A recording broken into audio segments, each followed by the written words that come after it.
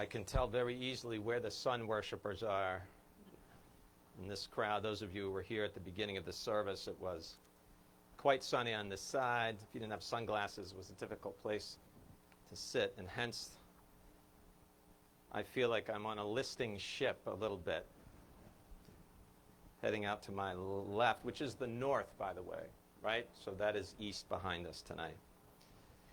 Beginning of a new year, and always spend time at the beginning of a new year thinking back to the year that's ending, but also looking forward and thinking of what we might hope to find in this new year that is beginning. Of course, what Baltimoreans want this year, more than anything else, except perhaps a Ravens Super Bowl victory, is to see the Orioles back in the playoffs. And I can tell you that that actually has impact on my time. Okay? It's not because I play for the Orioles like the secret left-handed relief pitcher.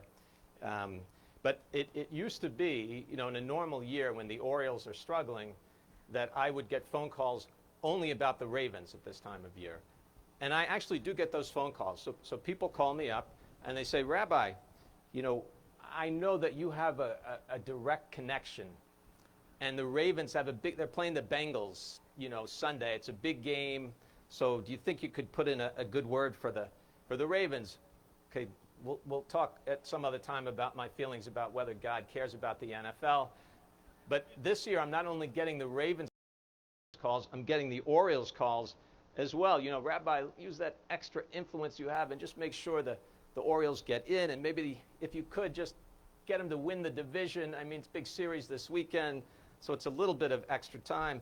And I sometimes imagine when the requests come in like that it was much easier for rabbis of earlier generations. I mean, they didn't have to worry about congregants calling them with requests about football teams or baseball teams. But I was recently reminded that rabbis have always fielded, pun intended, challenging requests, if not about praying for the local team, then about one thing or another, and sometimes just as important to our ancestors as sports seem to be to us today. So just for a few minutes then, I want to share with you a story of just such a request. Came not to me, but to a famous rabbi, very famous rabbi, one of the most famous rabbis of all times, Rabbi Zaslow's favorite rabbi, actually. Oh, no. Second favorite, the Baal Shem Tov. So this is the late 1700s, and Baal Shem Tov is the great Hasidic master. He really creates Hasidism as we know it today. He's living in Eastern Europe, again, 1700s. And each year before the High Holy Days, countless requests would come to the Baal Shem Tov, requests from his students. And in that world, they asked the Rebbe everything. Rebbe, how do we cook the brisket tonight? They would ask the Rebbe.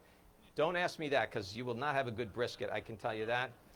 What's the best way to do tshuva? You have 10 days to do tshuva, to do this work of repentance. What's the best way to do it? But one year, a student approached the Baal Shem Tov and asked him a question he had never been asked before. And the student said, Rebbe, this year, before Rosh Hashanah and Yom Kippur, before the Aseret Yamei Tshuva, the 10 days of repentance, there's one thing I want. I want to be able to meet Elijah the prophet.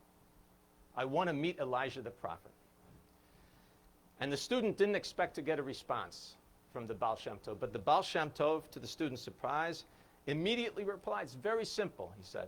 Very, very simple. Here's what you have to do. You first get 2 boxes. One of them you fill with food, and the other box you fill with children's clothes. And then before Rosh Hashanah, I want you to get on the train and travel to Minsk. You get to Minsk, and there's a forest to the east side of the city. Find that forest, and just on the outside of the forest, just as it's beginning on the east side of the city, there's a rundown old house. It's almost falling apart. And when you find that house, what I want you to do is wait for a second or two, listen, see if you hear anything inside, and then knock on the door and see what happens. So the chassid says, well, my Rebbe, the Baal Shem Tov, is telling me, so it's what I'm going to do. So he tells his wife, listen, I'm sorry, I'm going to be away for the start of the new year. How could you leave the family on Rosh Hashanah? She said, and said, I know, I feel bad, I feel terrible, but it's a once-in-a-lifetime opportunity to meet Elijah the prophet. And so she says, you're right, it's once in a lifetime. Go ahead, with my blessings, go ahead. And of course, meticulously, the chassid follows all the Baal Shem Tov's instructions. I mean, to the T. He gets the 2 boxes, and he fills one with food, and he fills one with children's clothing, and he gets on the train, and he gets to Minsk, and he finds the forest, and he finds the dilapidated house, and he gets there a half an hour before candle lighting, and he waits outside the door listening, and he can hear inside the little house what's happening there, and there are children that are crying for help, and they're saying, Ima, we're hungry, we're cold, we don't have blankets, we don't have food to eat, we don't have clothes to wear, it's almost Yontif, we don't even have decent clothing to go to shul and ask for help at shul. And the mother says the following, Kindelach, she says, trust in God, it's a new year, God will send Elijah the prophet to us, and you will have everything you need. So finally the chassid, it's getting cold, and he knocks on the door, and the woman opens the door, and he says, I'm wandering, I'm kind of nish to here, nish to here, I don't know exactly where I am, but I know Rosh Hashanah is starting. Would it be okay if I just stayed with you and your family for Rosh Hashanah? And the woman says, listen, I don't have food, and the chassid says, it's okay because I have food, I brought food with me, and the children, I even have some clothes for them. And so the children changed into the nice clothes, and the food that the chassid brought made a nice Rosh Hashanah dinner, and the family went to bed happy, but the chassid didn't go to sleep all night because he's waiting for Elijah the prophet to show up. So he stays 2 days until Yontif is over, and Yontif is over, and then he goes back to his hometown, and he's disappointed, and he goes to see the Baal Shem Tov, and he says, Master, I did exactly as I got the 2 boxes, I took the train, I found the forest, I found the house, everything exactly as you told me. And then the Baal Shem Tov says, so you saw Elijah the prophet? He said, I didn't. He didn't show up, Elijah the prophet. I never saw him. Are you sure? Yes, Rabbi, never saw Elijah the prophet. Okay, the Baal Shem Tov says, happens sometimes. Elijah's busy. He's a busy guy. It happens sometimes. So I'm afraid you're going to have to go back on Yom Kippur. You're going to have to go back on Yom Kippur, same way. Bring the food, bring some clothing, find the house, arrive an hour before sunset so the family can have a little food before they start their Yom Kippur fast, wait for a while standing in front of the door and listen. Well, the poor chassid has to go back to his wife, right? And he says, it's hard to believe it. I'm going to have to go back. I didn't see Elijah the prophet. Baal Shem Tov told me if I go back on Yom Kippur, absolutely I'll see Elijah the prophet. His wife was not thrilled about it, but she understood his spiritual yearnings, and she agrees. Same thing, gets on the train, gets to Minsk, finds the forest, finds the dilapidated house. It's an hour before Kol Nidre. It's the holiest night of the year, and he's waiting at the door, and he's listening, and he hears the children again inside the house, and they're crying, Ima, we haven't eaten all day.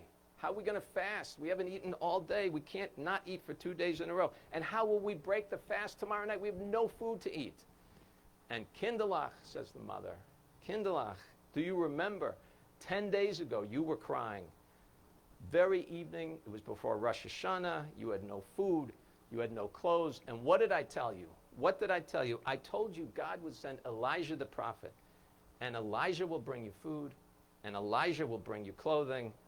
And I was right. Wasn't I right? Elijah came, and he brought the food, and he brought the clothing. And I promise you, that Elijah will come now too, and you will have food to eat before you start your Yom Kippur fast. And then the chassid understood what the Baal Shem Tov had been trying to teach him. And you know what he did? He knocked on the door, went into the house. You know, we can't all be Elijah the prophet. I can't for sure. But remember this, Elijah's role in the tradition, at the end of the day, what it really is to open the door, really like lay the groundwork, the foundation, Kenny, right? The foundation for the coming of a messianic age. And we can do also that work.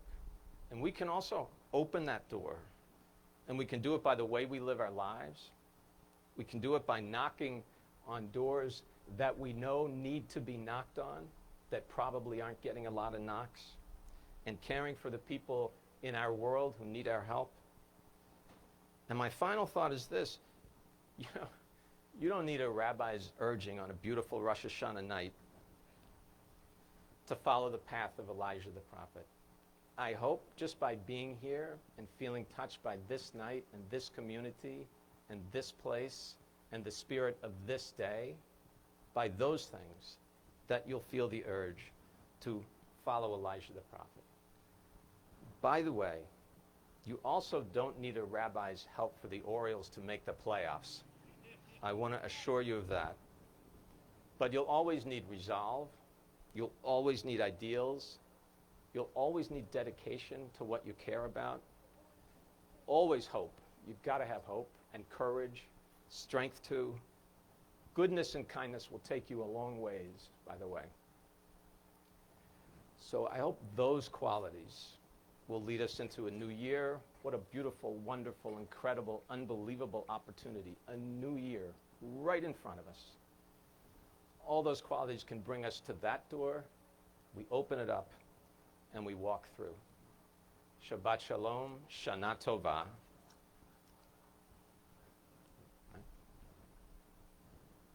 And if you'll please rise for Aleinu.